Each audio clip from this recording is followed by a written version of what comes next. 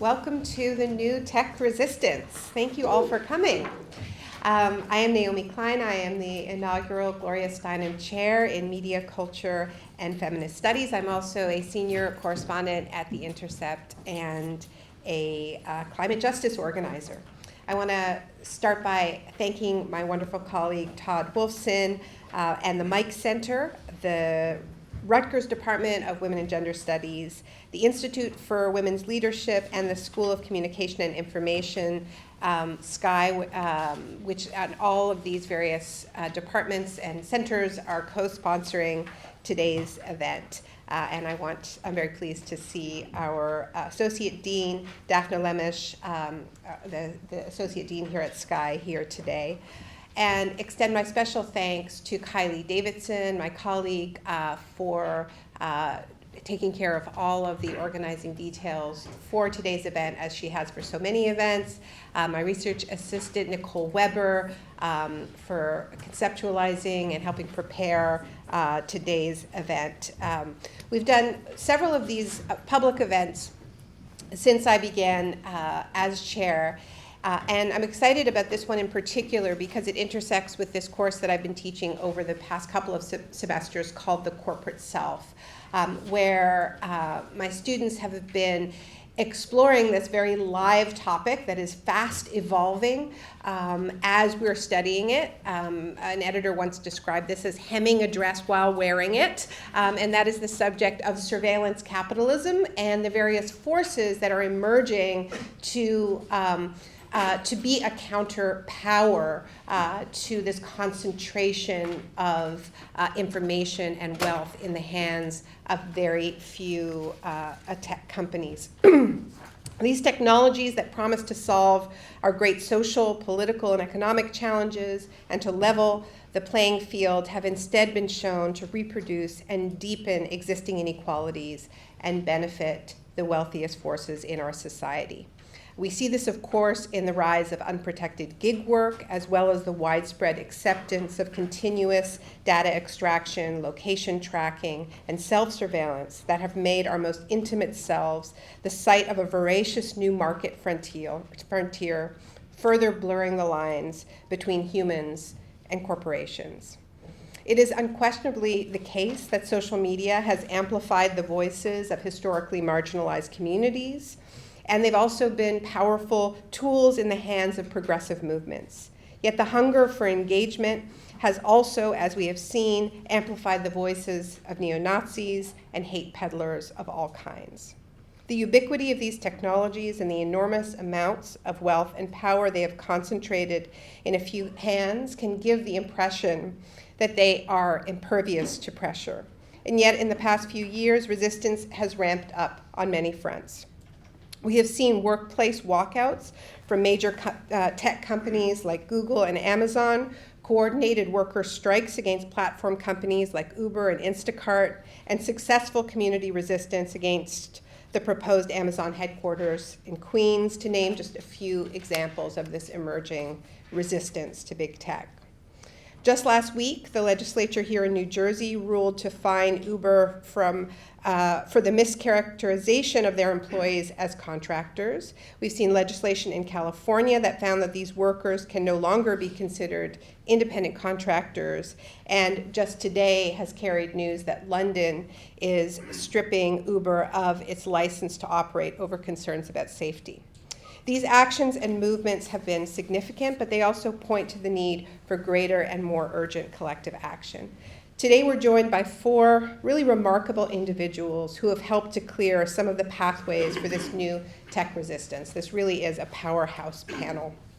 Our first speaker, Stephanie Parker, has been organizing with her colleagues at Google for the past 2.5 years and helped lead the Google Walkout in 2018. Also gave some of the fieriest speeches.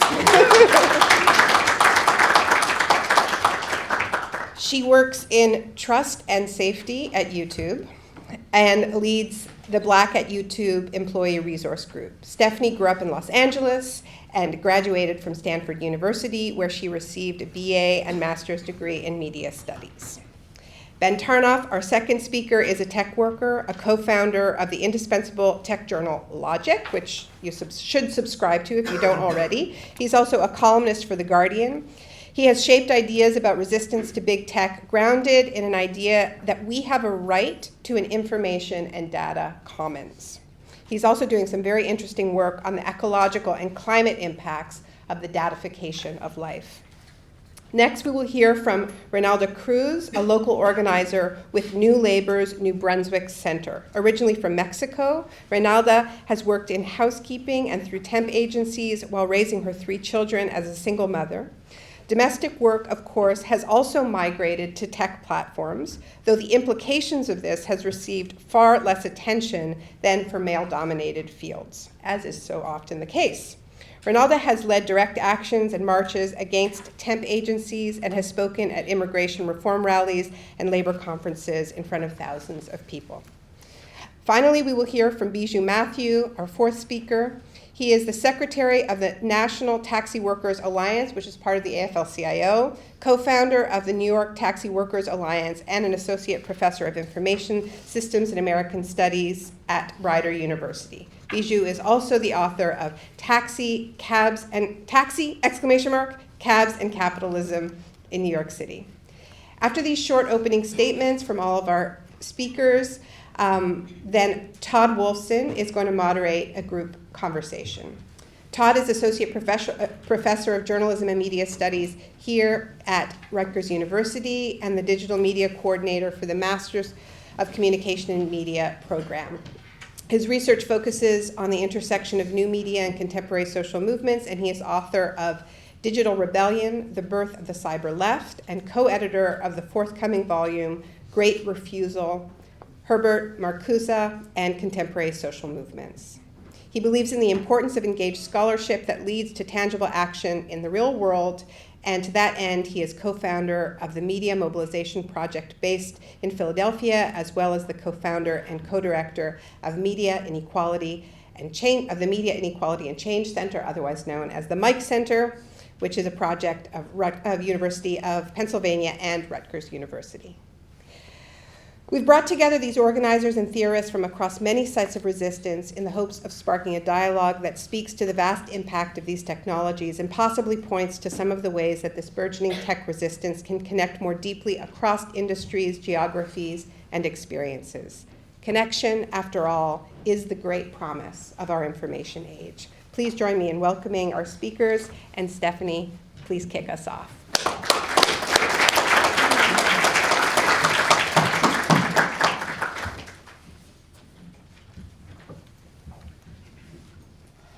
Good afternoon, everyone. I'm Stephanie Parker. Does anyone know where this photo was taken? Where and when?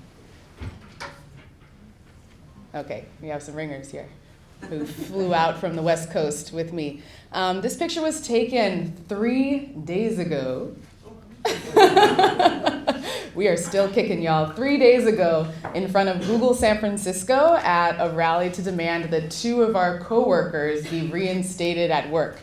I'm holding the mic here for Rebecca Rivers, one of my coworkers and friends, who's a transgender Googler who was unfairly, illegally retaliated against and put on administrative leave after organizing against Google's contract with Customs and Border Protection. This was 3 days ago, almost 1 year exactly after the Google walkout. That's what you might know me for. The Google walkout. November 1st, 2018, I and 20,000 of my friends walked off the job. And you know what? There's a lot of stories going around about the walkout, but there's really 3 main ideas I hope to convey to you all today about what the walkout was. Number 1, this was not just a march on a weekend before brunch, before avocado toast. No. This was workers coming together, flexing their collective strength in numbers to create a crisis for the company and force them to change. And change is what they have done. We got forced arbitration ended at Google and at, 8 other companies that just fell like dominoes and said, we don't want that kind of mess. We don't want to walk out at our company. So it was more than just a rally. It was a way to force the company to change. Number 2, the walkout, you might have heard that it was about Andy Rubin, about a $90 million payout he received to walk away quietly after committing sexual assault. But it was not just about sexual harassment. The Google walkout was about abuse of power in all of its forms. That means systemic racism at the company. That means the 2-tiered workforce, full-time versus contract workers. It was everything in between. Any kind of abuse of power was listed in our demand statement and was clear in our messaging, and that was intentional. Number 3, the Google walkout might have seemed like a moment of spontaneous combustion. Just 20,000 people decided one day, we're out of here. But no, it was actually built on years of past organizing. We knew at Google that going through the normal channels to raise our concerns, going to HR, going to our managers, we knew that that didn't work. But we also knew that what does work is collective action. So rewind a little bit. The year of 2018, frustration and organizing were rising. We were practicing these skills again and again and escalating with every issue that came up. From, the fight against alt-right harassment at Google, the fight against Project Maven. We actually got that contract canceled by taking collective action, flexing our strength in numbers. Project Dragonfly, the Chinese surveillance engine that we found out about. We took action against that, and the company said they put it on hold. But, most importantly, what I witnessed was my service worker colleagues, cafeteria workers, security guards, fighting for their first union contracts, fighting for their jobs to be better so that they can survive and they don't have to work 2 or 3 jobs. These are my coworkers too, and they are who I am most inspired by over the past few years. But all of that aside, how did I get involved? How did I, find something to relate to? How did I, a good girl from Stanford University, never broke a rule? You can ask my parents right here. No? Maybe not? Okay. How did I find my way in? How did I find my way to speaking, hosting a rally in front of YouTube headquarters for the walkout? Well, that's because Google and the economy as a whole are inequitable, and I had firsthand experience of that inequity. So when Google first reached out to recruit me, again, as Naomi so sweetly mentioned in her introduction, I have 2 degrees from Stanford in media studies. I have experience in the field of technology policy, community management. All of that stuff probably sounds familiar to you all, right, in this room, media studies students and more. I had that background, and I really wanted to work at Google, but when a recruiter reached out to me, she tried her best to push me towards entry-level contractor roles in HR, or people operations. And every time I expressed a doubt or pushed back against that, like, no, I want to do policy, I want to do trust and safety, this is what I have a master's in and experience in, she said, no, get into this contract role, and then you'll have your foot in the door at Google. Get into this role. Don't worry, you're smart. You'll get converted to full-time right away. Don't worry. She just has a response for everything.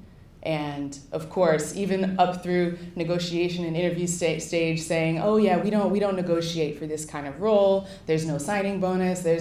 So just outright lies, but how would I know any better? So she pushed me to these contract roles, and just by sheer luck, I got rejected from those roles and came into YouTube full-time through a back door. And it didn't, the injustice and the oddness of this didn't truly hit me until that original recruiter reached out to me once I had gotten into Google and said, hey, I'm having a party for all of the girls I helped recruit. I go to that party and it's a long table full of about 20 young Black women, all in contract roles, all in HR.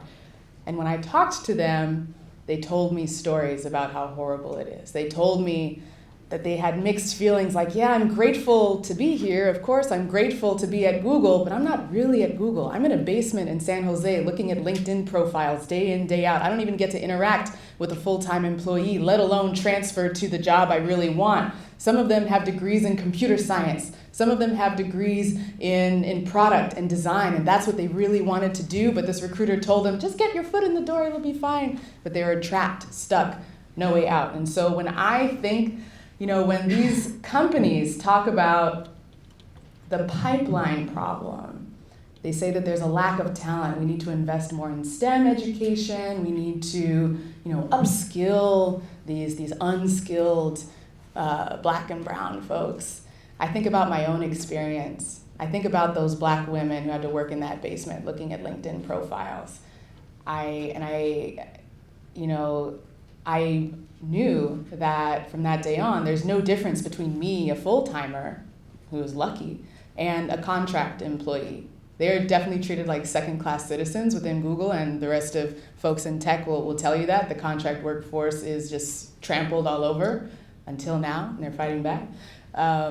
But when companies say that it's a pipeline problem, I know it's not true. And that's why when organizing started to happen, when the walkout was coming down the pipe, I said, sure, yes, I'm angry, I'm fed up, this is my way in, it's my time to step up and fight. And, what happened to me and what happened to those Black women really represents what I think racism actually is.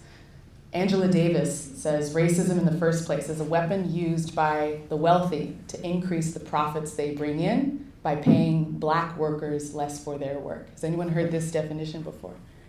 A few people. That's not the one we usually hear, right? The one we usually hear is that racism is this one-on-one, malicious, personal thing. And in other words, hillbilly racism, right? That it's, people being mean one-on-one. But no, racism only functions as this weapon to pay Black people and others who get caught up in the umbrella less for their work. And it has been functioning and adapting for hundreds of years, and it is here in the tech industry. And that is why I walked out. That is why I urge all of you to think about where these forces play out in your community, in your college experience, and your working experience. And I urge you to join me in the fight. Thank you.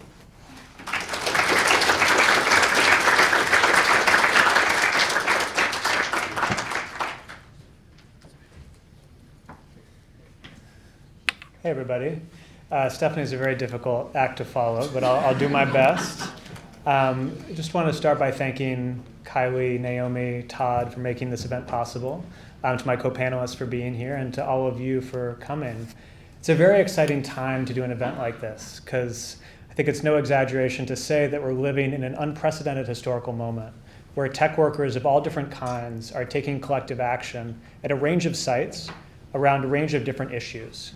As both a tech worker and a writer and editor, I've been kind of a participant observer of these struggles. So I've had an opportunity to kind of see them from the inside and the outside. And what I'd like to do, just in a very brief provisional way, is to sketch some of the broad contours of the tech worker movement that we've seen emerge. It's often hard for folks to think about it as a whole, as a movement, because so much is happening, and it's happening in so many different places. Just in preparation for this event, I caught up on the last couple weeks because I hadn't been reading the news, and it's incredible. The pace of mobilization has increased so significantly just in the past year, which is very exciting. But if we're trying to think about it, presents challenges, right? Because how do we actually make it work together in our minds as a whole, which is not a purely academic consideration, but is one that's quite important for organizers on the ground. So in that spirit, I think we could identify three broad categories of struggles that we've seen. The first involves struggles around wages, benefits, and working conditions. We might think of these as the kind of traditional bread and butter labor issues. The second category centers on the demand for safe and equitable workplaces, free from racism, sexism, and all forms of oppression. And the third category revolves around concerns about the social harms of particular products, contracts, or technologies being built by these tech firms. Now, in practice, on the ground, all of these struggles are connected. That's a very important theme. I'm not trying to kind of slice them up, but in terms of how do we think about them analytically, it's useful to isolate some features. We can also identify three broad categories of tech workers taking part in these struggles. The first are the service workers who perform labor for a tech company without being directly employed by that company. Stephanie mentioned the struggles of service workers on Silicon Valley campuses, folks like janitors, security guards, cafeteria staff, and others who have engaged in a series of unionization campaigns. That's a great example. But I think this also includes folks that we might think of as gig workers, Uber drivers, Instacart shoppers, and so on, who perform what scholars talk about as platform-mediated labor. The second category I draw our attention to is the contract office worker. Now, these are folks with the same employment status. They're not being directly employed by Google, but they are performing work for that company. That work, however, is office work. So one example of this, you may have read stories about Facebook content moderators. These are people who do very traumatizing work of going through the platform, identifying and removing explicit, graphic, sometimes very violent imagery. Folks develop PTSD as a result, as you might imagine. Many of these folks are located overseas, places like the Philippines. So that would certainly be one type of worker.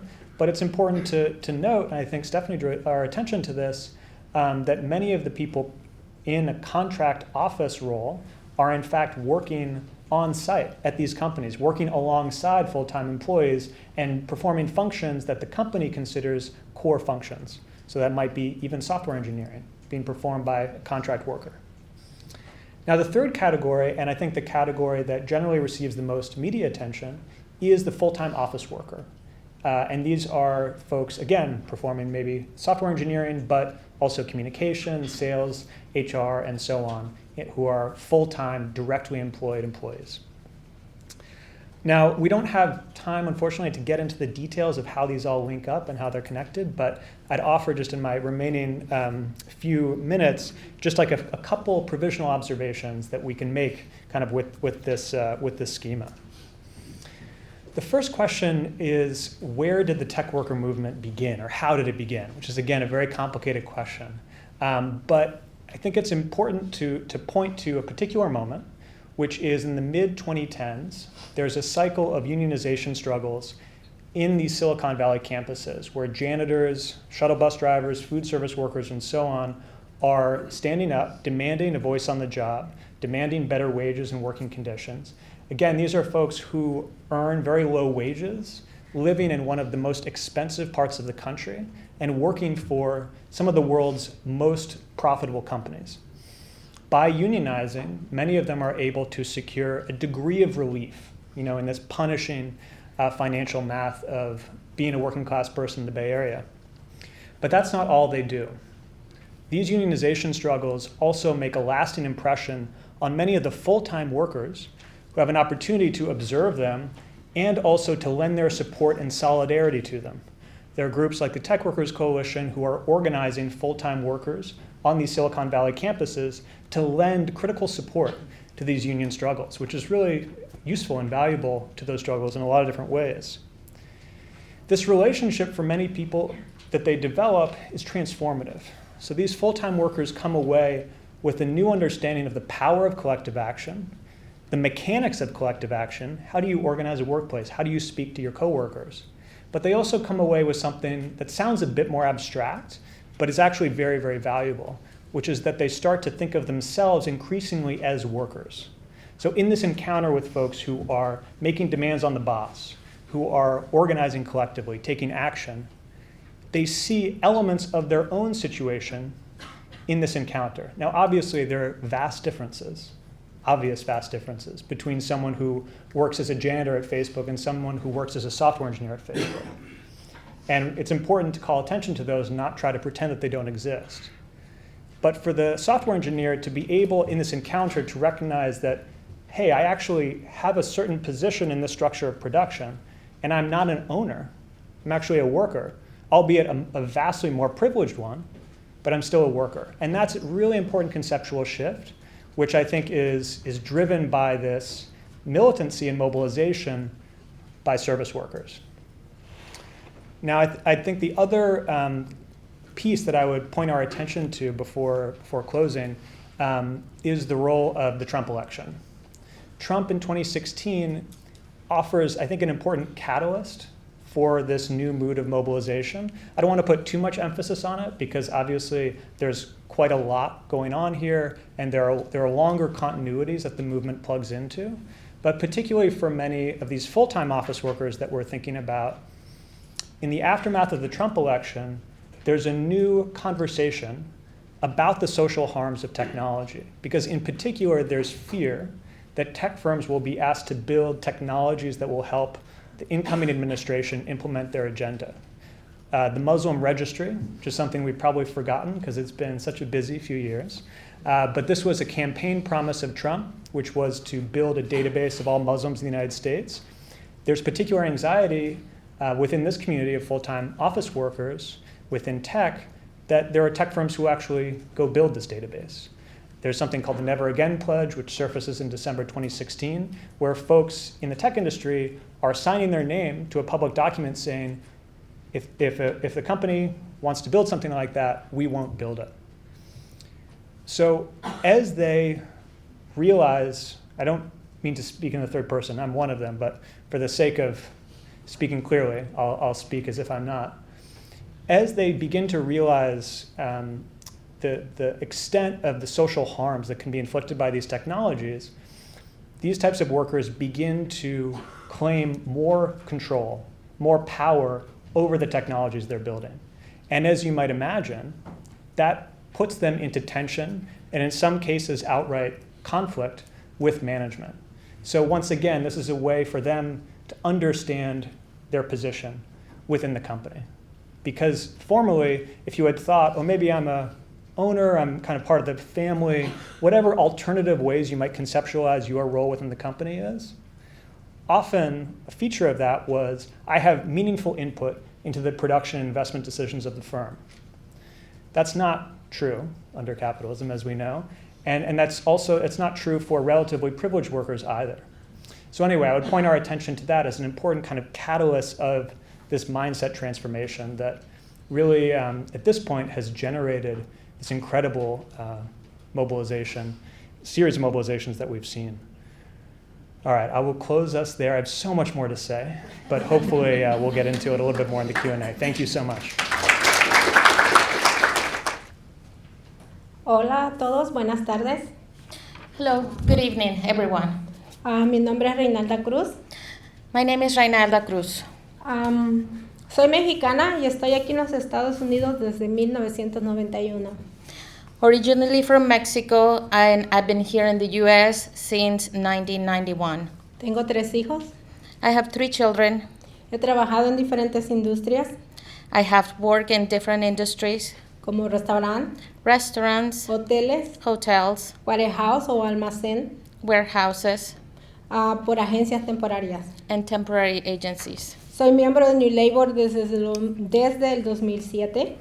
I'm a member of New Labor since 2007. Yo llegué a New Labor por una clase de inglés. I arrived actually to New Labor because I wanted to learn English. Me involucré en las campañas que ellos tenían But I got involved in the different campaigns that they had, como una reforma migratoria para todos. like migratory reform for everybody. Y me seguí involucrando en lo que New Labor hace, And then I continued to getting involved in everything that New Labor does porque yo estaba viviendo muchas injusticias en mi lugar de trabajo. because I was really experiencing a lot of injustices in my workplace. Ya que New Labor es una organización Since New Labor is an organization que educa, that educates, organiza organizes, y capacita a los trabajadores en salud y seguridad. that trains all the workers in safety and health issues Para mejorar las condiciones de los trabajadores en su lugar de trabajo. in order to better the conditions of labor for everybody in their workplaces y darle voz a los trabajadores inmigrantes. and give voice to the immigrant workers. Tiene 3 centros, It has Newark, 3 centers, Newark, Lakewood y New Brunswick. Newark, Lakewood, and New Brunswick. Estamos en solidaridad con los trabajadores de la industria tech. We are in solidarity with the workers of the tech industry, Que están organizándose those who are organizing, y estamos hablando de organizar a los trabajadores de la industria tech en el impacto de este tipo de tecnología. and we are also talking about organizing the workers mostly on the impact that the new technologies are having on the workers. Que impacta a los trabajadores en su lugar de trabajo. And those technologies have a bigger impact in those workers in their workplace. En Lakewood, In Lakewood, la mayoría de los miembros trabajan limpiando casas most of the members work cleaning houses, y son monitoreadas por sus empleadores con cámaras que colocan en las casas. those workers have been surveilled by their employers by putting monitors or cameras in the houses Para ver y controlar el tiempo que se llevan limpiando. to see and control the time that they take cleaning the houses, Y estar chequeando que no toquen nada de ellos. and also checking that they don't take anything that they shouldn't. En Newark, In Newark, algunos miembros trabajan en una empresa de plantas y comida. we have some members that work at a company that sells plants and food, A ellos no les pasó nada muy bueno. and they have not a very good experience Con la tecnología, with the technology that was imposed porque les pusieron un collar en el cuello because they were requested to use a necklace para, in their moni- necks para monitorear el tiempo, to monitor the time, y este collar tenía un micrófono and that necklace had also a microphone para escuchar que no platicaran mucho. so that they were monitoring if they would speak a lot. Los trabajadores se resistían a usar estos collares The workers really resist using these necklaces. y se organizaron todos los trabajadores de la área de packing, So they organize all the packing area workers, they organized. y los que sembraban las semillas And the ones that planted the seeds para hacer una huelga dentro del lugar de trabajo, to do a strike inside the workplace para lograr que el collar se les retirara. to make sure that they should not wear this necklace Ya que no era bueno para ellos, because it was not good for them. y lograron que se les quitara. And they were successful in this enterprise. Esto es una prueba cómo los empleadores usan la tecnología de la manera para tener vigilados y monitoreados a los trabajadores. This is one of the examples in how employers use technologies to surveil and impose certain things on workers Y exigirle más trabajo de lo normal. and put some specific work that is over what is normal. Amazon es una de las empresas más grandes. Amazon, is one of the biggest companies, Exige demasiada producción a sus trabajadores. and it demands a lot in terms of production of their workers. Hasta están usando robots They are even using robots para reemplazar la mano de obra. to replace manual labor. No es justo que se le compare a un robot con una persona. We don't think it's fair that you can compare the work of a worker to the work of a robot. Porque el robot no se lastima. The robot cannot get injured. Puede trabajar las 8 horas corridas y una persona se lastima y se cansa. The robot can work 8 hours straight, but a person can have injuries, can get tired. Y por eso no es justo que se le exija tanta producción a un trabajador. And that's why we don't think it's fair that it is think that they should do the similar production as a robot. Amazon comparte la información de sus trabajadores con ICE. and Amazon shares the information of its workers with the agency ICE, y eso no es bueno. and that is not good. Yo en lo personal tuve una experiencia mala al trabajar en FedEx, Personally, I had a bad experience when I worked at FedEx, una compañía tan grande que todo el mundo conoce, a very big company, everybody knows it. y ellos dicen que nos tratan muy bien a sus trabajadores, And they say that they really treat very well Pero their no es workers, cierto. but it's not true. Cuando yo llegué al warehouse a trabajar, When I arrived to the warehouse to work, nos formaron they asked us to form a line, y el security nos revisó en la fila, and the security personnel checked us. que no tuviéramos teléfonos That ni we nada didn't have- personal con nosotros. Any cell phones or anything personal with us. Y otros nos colocaron un escáner en el brazo And the other personnel put a scanner on our arms. y registraron el número del escáner en la computadora They register the number of the scanner through their computers. para ver cuánta producción hacíamos. And that's the way they checked how much production we would have. Ellos nos dijeron que teníamos que trabajar rápido They didn't say that we had to work fast porque las cajas caían y si no lo hacíamos rápido se llenaban el lugar donde estaban las cajas. However, there was no other way to do it because the rate at which the boxes would come, it was so fast that you had to move extremely fast. Y no podíamos dejar que se llenara. And we couldn't really stop. Las jornadas eran de 4 horas seguidas sin break.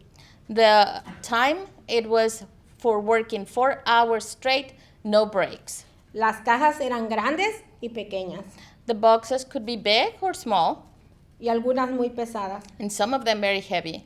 El problema era el escáner que nos pusieron en el brazo y pesaba mucho. The problem was the scanner bracelet put on our arms. It was heavy. El problema más grande era que nos exigían el trabajo rápido y el brazo se cansaba demasiado. So they were asking us to do our jobs very fast, and our arms would get so tired. Y nosotros teníamos que hacer nuestro propio pallet And we had to do our own pallet y rapearlo también, and wrap it up as well, para que solo lo recogieran so that they just pick it up. y si no hacíamos la producción que ellos querían, nos llamaban la atención. And if we didn't do the amount of production that they wanted, we would get warnings. Esas 8 horas eran tan cansadas, Those 8 hours were so exhausting. salíamos con el brazo adormecido The arm at the end was unable to move and numb. y por esa razón hay una resistencia a la nueva tecnología ya que es usada en contra del trabajador. And for that reason, there is a resistance to that new technology that is used against the laborer. Y no es justo que la usen para dañarnos And it's not fair because they used it to damage us. porque hasta el día de hoy el brazo me duele. Up to today, my arm hurts. Y como me ha pasado a mí, hay muchos trabajadores lastimados de los brazos y manos. And like me, there are many workers that are hurt, their arms or their hands. Y por eso nosotros organizamos And a los trabajadores that's why we organize the workers, con reuniones de consejo. and we help organize meetings with the board and management, Donde los trabajadores vienen y exponen el problema. where the workers go to those meetings and they expose what they're having the problems with, Como robo de salario, like low wages, condiciones inseguras, unsafe conditions, acoso, harassment, abuso de tecnología. and the abuse of technology. Y los miembros entrenados facilitan la reunión And the trained members of this organization facilitate the meeting para crear un plan de acción to create an action plan y para enfrentar el problema y tomar acción. to take better action. Tenemos que organizarnos. We have to organize. No debemos permitir el abuso de la tecnología. We cannot allow the abuses of these technologies. Gracias. Thank you.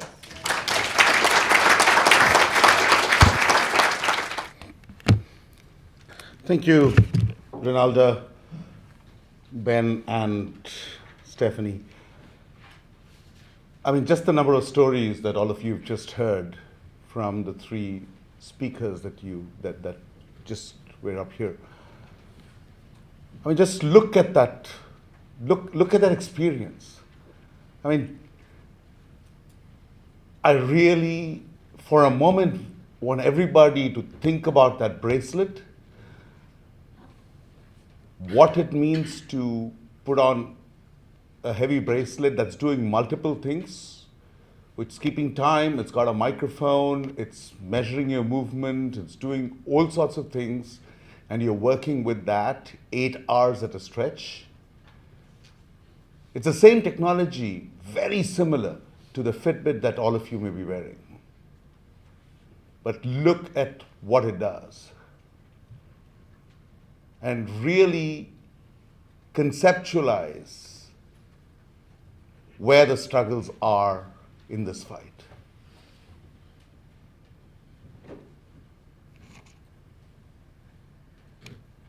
I'm one of the co-founders of the New York Taxi Workers Alliance, and so to start, greetings from the 23,000 members of our union in New York City and from several thousand others across the United States. In New York, the Taxi Workers Alliance, we became the first union in the United States for sure, and probably in the world, to unite traditional taxi drivers with Uber and Lyft drivers. We struggled. We struggled with it. We were a traditional taxi drivers union in the sense of taxi drivers have been treated as independent contractors for over 25 years. And there is a logic through which it happened. I'm not saying that every taxi driver wants to be an independent contractor, but the way the regime became through the 1980s, even today a taxi driver can walk into a garage, put down $130, $140 down on the table as lease money for the night, pick up his or her taxi, drive out, turn the corner, switch the ignition off, and go to sleep. The boss won't tell you why I ask you why you are sleeping. The boss won't tell you go there and pick up somebody. The boss won't tell you, that fare that you just missed is worth so much. The boss doesn't care. The boss has gotten his or her $120, $140 for the night already. In as much as the boss does not exercise control over the labor process of the driver, he or she has been treated as an independent contractor by law in the United States. Now, if you go to a less dense city than New York City, let's say you come to New Brunswick, the taxi that I came here on from the station, that was dispatched. So immediately you have a level of control that the boss is exercising over you, right? So it varies. But in New York, taxi drivers have been, for the last few decades, independent contractors.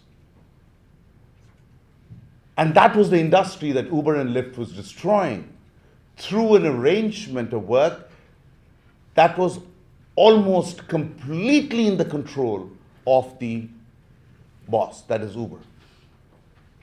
Uber decides which fare you pick up where and when. Uber decides the rate. The money that comes in from the passenger first goes to Uber. Uber deducts and sends the money to you after that. Uber can deactivate your app anytime. Uber controls the ratings. Uber does everything. And Uber's position, the only part of their PR machine that's out there claiming that Uber drivers are independent contractors is because of supposedly flexible start time and end time. But when you are making $10 or $11 an hour, there is no flexibility, as everybody here has said. You are going to work 12 hours, 13 hours, 14 hours, 15 hours a day. What flexibility are you talking about? So in any case, it's under these conditions that when Uber and Lyft came into New York City for the first time, back in 2013, we were the Taxi Drivers Union. We were organizing yellow and green car drivers, and we had we had built the equivalent of collective bargaining for independent contractors. Over the years, we had created a situation wherein every 2 years, we would be at the table with the Taxi and Limousine Commission, negotiating rates, negotiating lease caps, everything, so that when we walked out of those negotiations, we knew in the coming period how much a taxi driver was going to make. So we had invented collective bargaining for independent contractors. And that was our base, and this new thing was coming and destroying our base. The first instinctive reaction, as it happened in the streets so much, was Uber drivers and taxi drivers were fighting with each other. This happened across the world. It didn't happen as much in New York, but it happened in most parts of the world quite a bit. And it still continues to happen. And we went into a strategic mode and asked the question, what do we do? And the answer became crystal clear, that as long as workers were divided, the bosses are going to win. So we went into a 2-year process of creating absolute unity between Uber drivers and Lyft drivers and taxi drivers. The first few meetings were rough, they were very difficult. You would have Uber drivers and Lyft drivers and yellow taxi drivers and green taxi drivers in the room, and it would end up in a shouting match. But after the tempers had cooled for a bit, all the workers had to look each other in the eye. They're like, we're all fucked, so we better get going. Right? So that slow development of unity, it was a period of intense struggle, but that slow development of that unity finally resulted in 2017, when we produced what's called the Unity Platform. A unified set of demands coming from Uber, Lyft, yellow taxi drivers, green taxi drivers, black car drivers, and we went to town with it. We fought an 8-month battle, January to August 2018, 21 street actions, and we won. There's a cap on the total number of Uber and Lyft cars in the city, and that number of Uber and Lyft cars have come down. Drivers are making a little bit more money. There's a minimum assured rate, wage rate that is assured for Uber drivers and Lyft drivers. And there are several other legislations like a lease cap on how much an Uber driver has to pay on the mortgage on his car. That's going through City Council right now. We have a campaign going for a base fare where Uber, Lyft, taxis, everybody starts from the same fare. People can pay more if they want, but everybody, so you cut off the race to the bottom. So this is a series of victories that started in August of 2018. And it's a set of victories that came with a cost. We lost 8 drivers to suicides. I still find it difficult to talk about it. So, and these drivers, they were yellow taxi medallion owners, they were Uber drivers, they were green taxi drivers, they were lease drivers, every kind of driver was involved. And for us, it was an existential threat, not so much for the union, but how do we just stem this tide of suicides? That's what we were fighting for in 2018. That moment, those 8 months in 2018 have expanded, like everybody here on this panel has said, has expanded dramatically. Look at the victories we've been having. An International Day of Action 2 days before Uber went for its IPO, AB 5 in California, and here in New Jersey, the declaration that all Uber and Lyft drivers, etc., are going to be employees. I urge all of you, if there is any way you can communicate with your governor, your labor commissioner, your attorney general's office, tell them it's the best thing that's happened. The victories have been coming. And about 5 years ago, if you had asked me, do you have a chance of beating these companies? I would have hedged. I would have hummed and hawed. But now I can tell you, we are outflanking them. How quickly we can outflank them, and when I say outflank them, I don't mean that we're going to be absolutely going to get rid of these companies or anything of that sort. All I mean is something very simple. All I mean is that the technology is here to stay. The question is, how do we bring the technology into a more fair play? The last thing I'll say in 1 minute is the following. Look at all the examples. The question is, on that FedEx warehouse floor or the Amazon warehouse floor, the robot that will be deployed, whose data is that? It is Reynalda's data. It is when she paces up and down, that data that was collected, billions of records is going to create that robot. So my question is, who owns that bloody robot? When an Uber driver slows down as he comes onto College Avenue, that data is captured. If we ever do have that autonomous car, whose autonomous car is that? Every human activity produces value.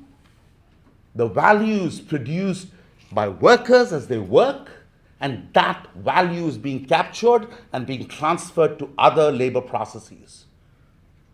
The question is, how much of that value does that labor own? It's as simple as that. And connect that to all of what all of you do. You walk down the main street here and pause at a window, and you got your Fitbit on or your phone on, that data of which shopping window you stopped, slowed down at, is being captured. Whose data is that?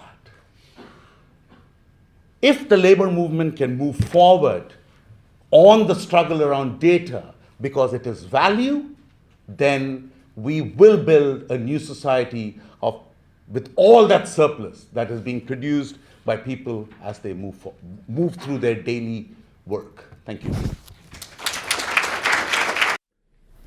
I think we should give these amazing organizers another round of applause.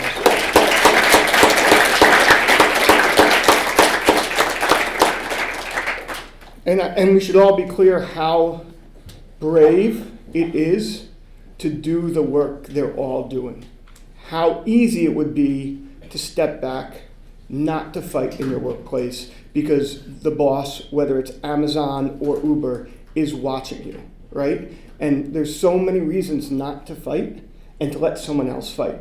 And the people on this stage are some of the many brave folks who are leading that fight. So it's just, I think we should all recognize that. It's so hard and it takes so much courage. I also want to quickly recognize Naomi for pushing us at Rutgers since she's came to have the most important discussions. It's really moved us forward as a department and school and university. I'm very thankful for that. I'm just going to say some quick comments and then we're going to get into some questions. But the thing I wanted to mark is what comes up in all these discussions is this contradiction that we are existing in. We're living in a moment where tech companies or informational capitalism has risen up. And it's some of the biggest companies in the world are tech companies or understood as tech companies. And as they rise up, they tell us this story about themselves. They tell us this story that with just more technology, we're going to have greater progress, right? The world is going to be better if we can just have Google help us figure out how the world should be, right? There's this dream that they're selling us every day. They're also selling us this dream, Uber is, right? And Biju marked it, of the flexibility we can have as workers if we decide when we start working with Uber, which we couldn't start to make that decision as a cab. But as Biju marked very clearly, you may decide when you start, and there may be flexibility about when you start. There is no flexibility about when you end, right? You're going to end once you've made enough to pay your bills, and usually that's 12, 13, 14 hours down the road. So they're selling us these things about progress, about flexibility, about efficiency, and really about this overall American myth, but they're making it global, that the rising tides of these tech companies are going to lift all boats, right? There's this underlying dream we're being sold over and over again in every commercial, in Amazon Prime videos, in every single story they tell us. And it's undermined by the truth of this new informational tech-driven economy. And the truth is a very long existing truth with new contours. greater precarity for workers is the greatest truth we're seeing right now, right? And that precarity is for all workers. There's more precariousness for all of you coming up and graduating and being told that, no, you're not going to have a 9-to-5, but just, freelance for these 6 different media companies and you'll be fine, right? You'll figure it out.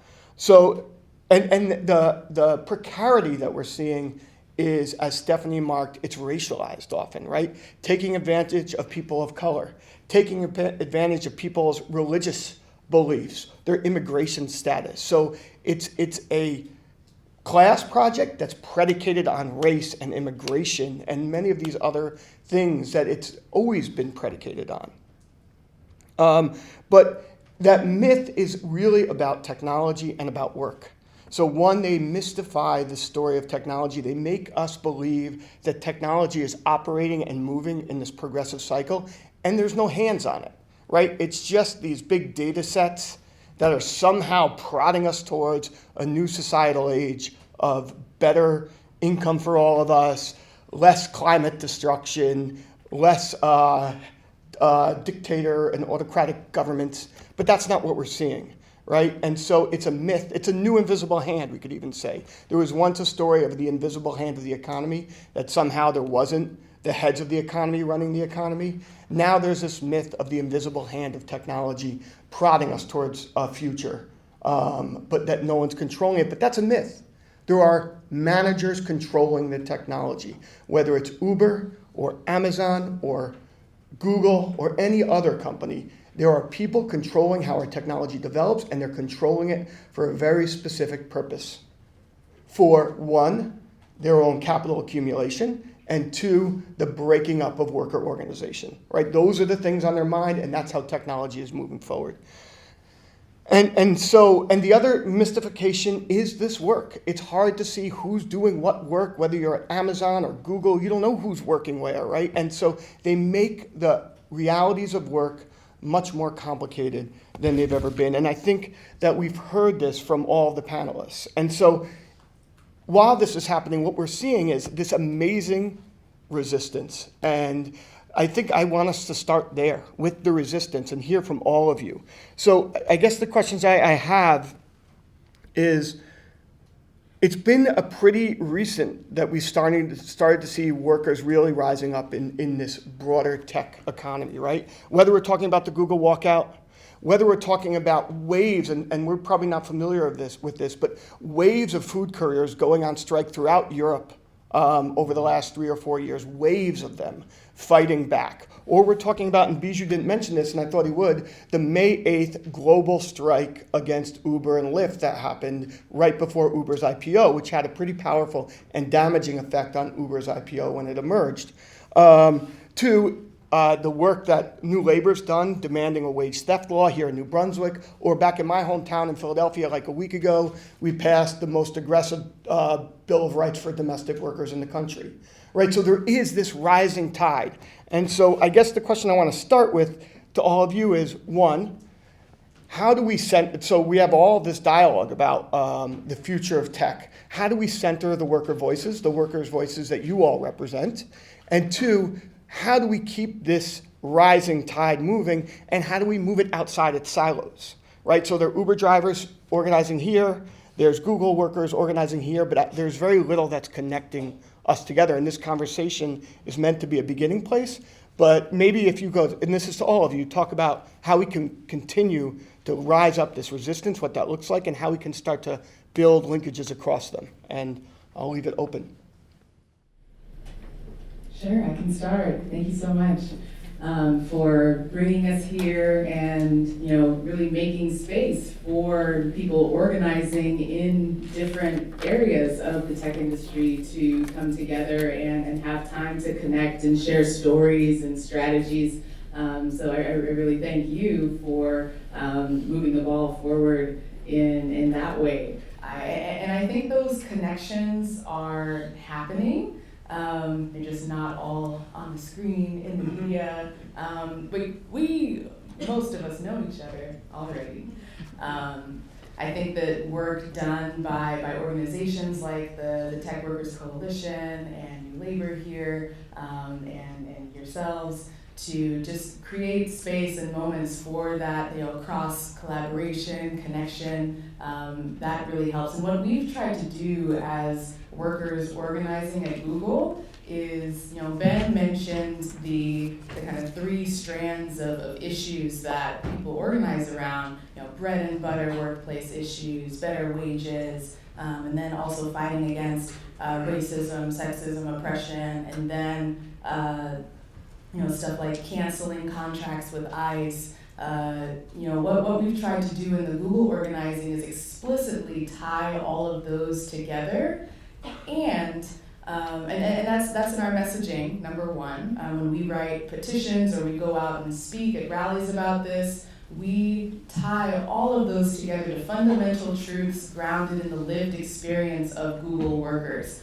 When I'm asked about Project Maven, the Department of Defense project to surveil, have mass surveillance and better target and shoot people.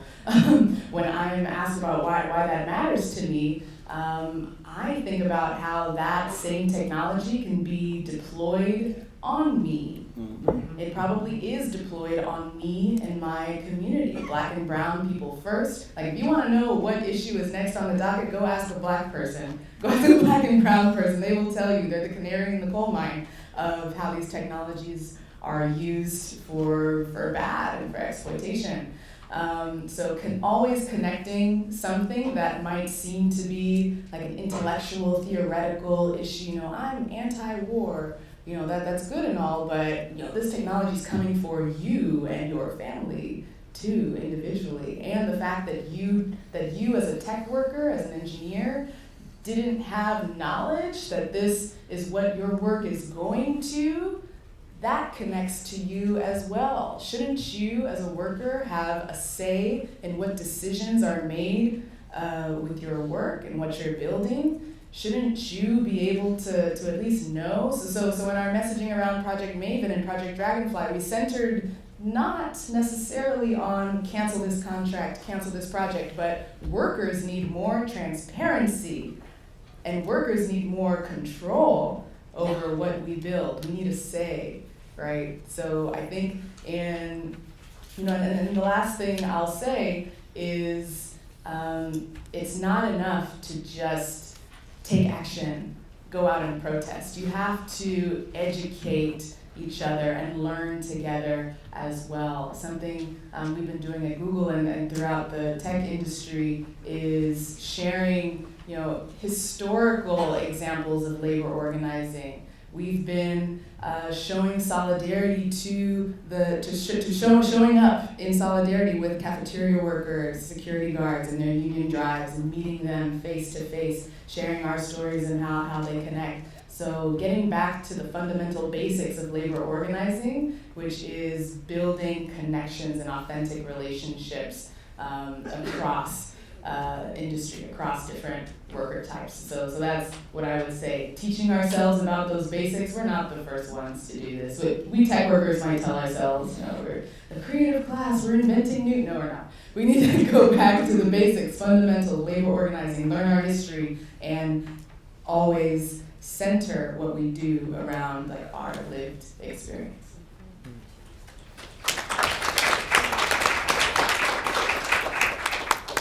I'll just share a brief story that I think amplifies and illustrates some of the themes that Stephanie mentioned. As someone writing about this movement, I have an occasion to speak to various organizers within it. And I recently spoke to a woman who helped organize the climate walkout at Amazon. Amazon is a company that you may know for many reasons, but one of its divisions is the Amazon Web Services. Amazon Web Services partners with oil and gas companies around the world to sell them cloud-based machine learning services which are used to intensify fossil fuel production, intensify oil and gas extraction. There's been a group of workers within Amazon, this kind of full-time office workers that I was discussing earlier, who have been agitating for a climate plan within Amazon.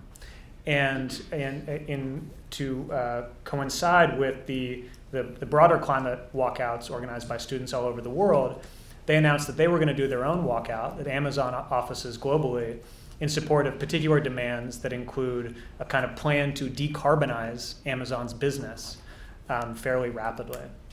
Now, when I spoke to this organizer, one of the questions I had was, how is this connected?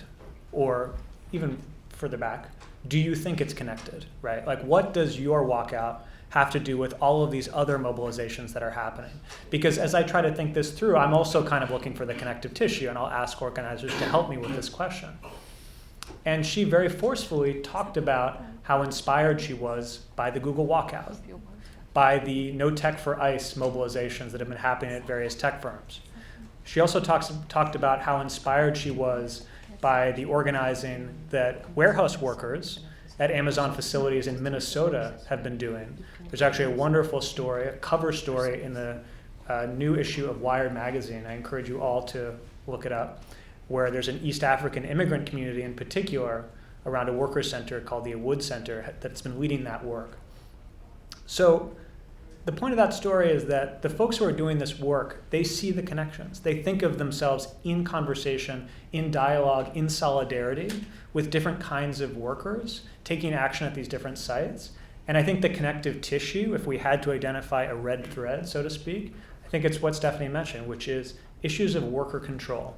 That workers of all different kinds, whether an Amazon warehouse worker, an Amazon software engineer, are demanding the power to determine the conditions of their work, what kind of work they do, and how their workplaces are organized. And again, as Stephanie mentioned, this is actually not a new idea.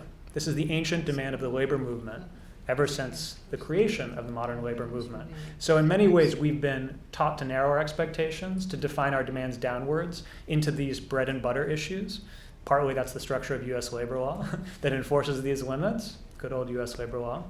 But we have to keep tapping in, I think, to this radical original kernel of the labor movement, which is about self-determination, right? The power of self-determination. Bueno, nosotros como New Labor y como comunidad inmigrante, We, as New Labor, as an immigrant community, realmente nos hemos organizado en hacer algunas acciones cuando algún trabajador es afectado. we have really organized and really helped when a worker is being affected in his workplace. Por ejemplo, hemos hecho algunas protestas cuando alguien es detenido en el centro de detención. For example, we have done some protest and if somebody has been detained at a detention center. Hemos apoyado en algunas, ¿cómo se llama? Se me fue. Bueno, vigilias, ¿verdad? Hemos apoyado algunas vigilias también por algunas personas. So we help when we go there and stay with the people or stay at least outside the place, just waiting to see what's happening, showing support. Nosotros nos hemos organizado acerca también de los trabajadores, no solo nosotros, porque hay otras organizaciones y otros grupos, otras uniones que están organizando en contra de Amazon por su nueva tecnología que tiene. And we also have been in contact with other unions and organizations that are protesting Amazon because of the use of those new technologies on the workers. Porque Amazon realmente no debería dar la información de los trabajadores a ellos específicamente. Specifically because we believe that Amazon should not give the workers' information to the agency, us.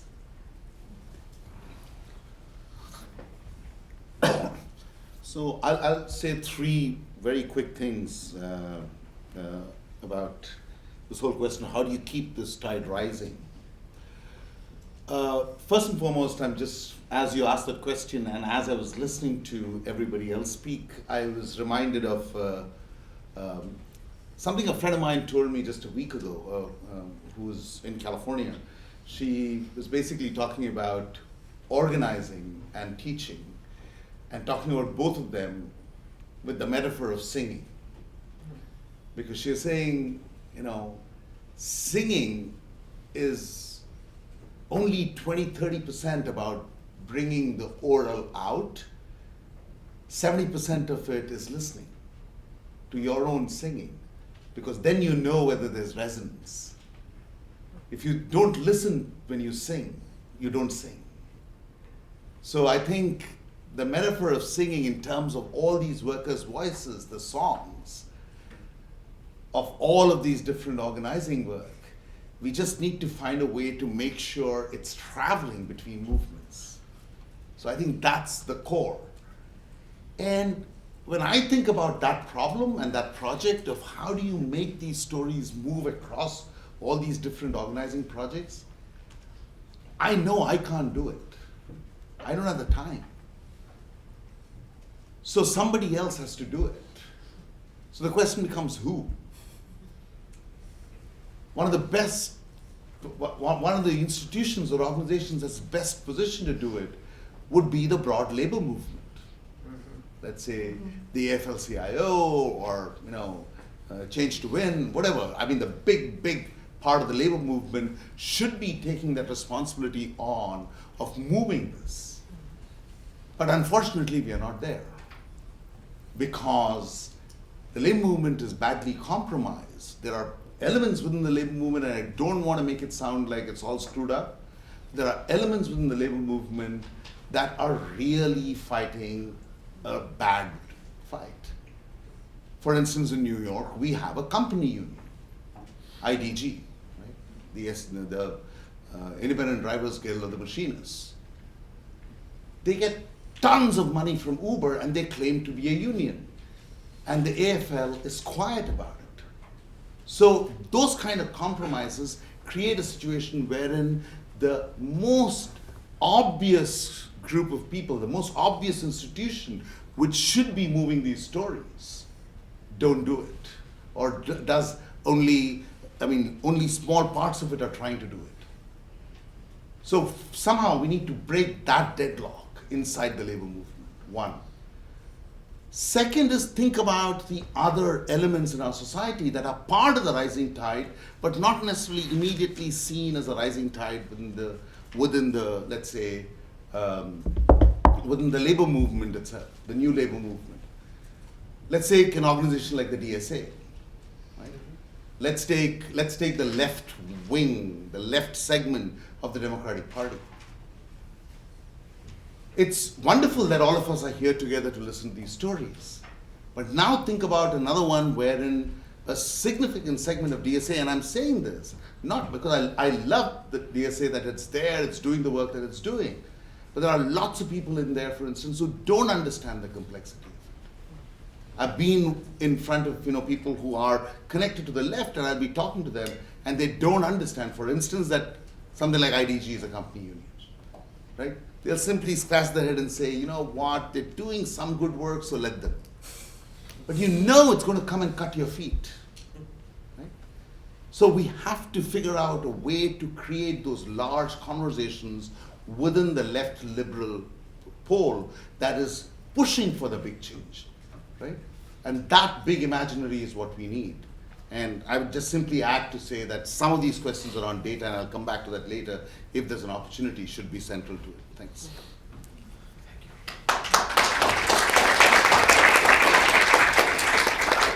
Before we go on, we want to do a time check. Can I get a show of hands on how many people are walking out at 2:30? Walkout. Not a Google walkout this time. Okay, all right. So, how do you want to play it? So that's very soon, 2:30. It's in like. Yeah.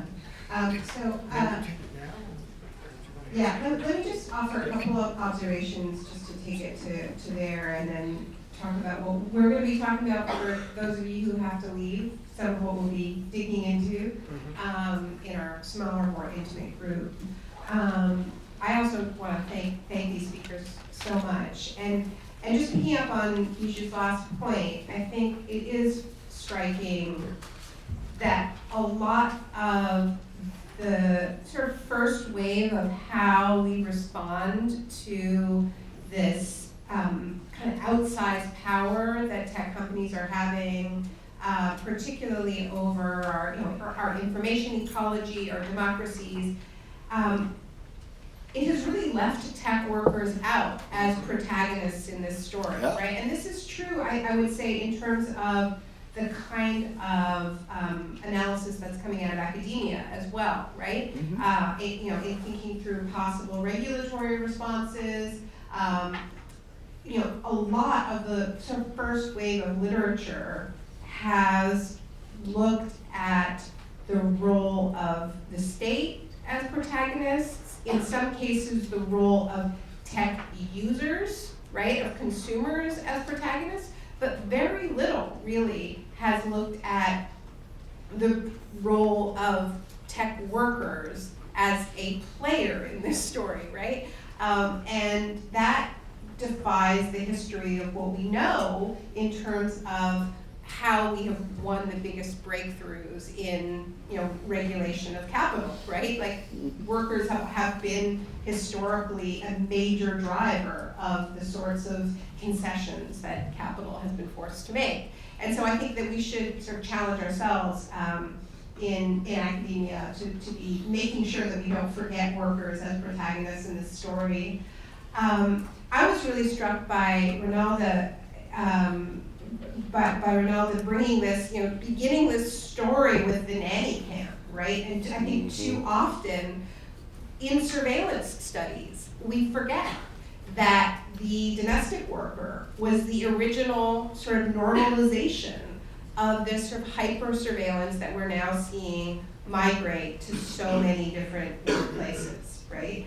And that I think underscores what Stephanie has said about if you want to know what's coming, look at what Black and brown people are facing.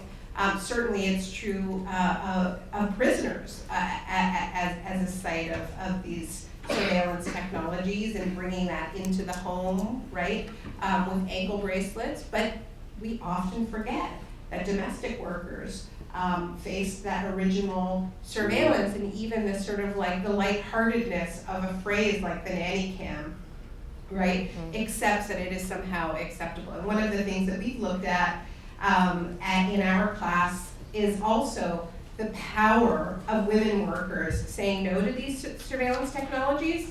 We looked at the West Virginia teachers' strike, one of this, a really important chapter in labor history, inspired many other teachers to exercise their power. That began with work with teachers rejecting technology that they were being asked to wear that would have tied their healthcare benefits to how many steps they took and how active they were. So this is something else maybe to remember. Where I think we're really going to be digging in after the break is this question around what is being extracted and who owns these technologies, right? Whose labor is fueling this data as the new oil, and what the implications of that are, right? Because I think there's some people who are pushing a model that leads us further down the road of a privatization of the self, right? You own the data, get paid for it, right? I'm interested in digging into the question of what the collective rights may be, because many of these companies have deployed a language of the commons and this is something Shoshana Zuboff has written about very well, kind of a bait and switch, right? Where we were originally told by Google that it just wanted to access the world's information and connect the world and so on. You work at YouTube, Stephanie. I mean, that is running on a lot of free labor and creativity. And what are the implications of that? And so, we have some of the leading thinkers around this very issue, and I think it's really central to our democracy, which road we go down.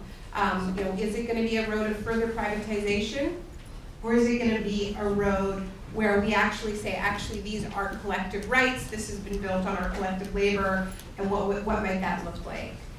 So, sorry you guys have to leave. Everybody else can take a short break and come back.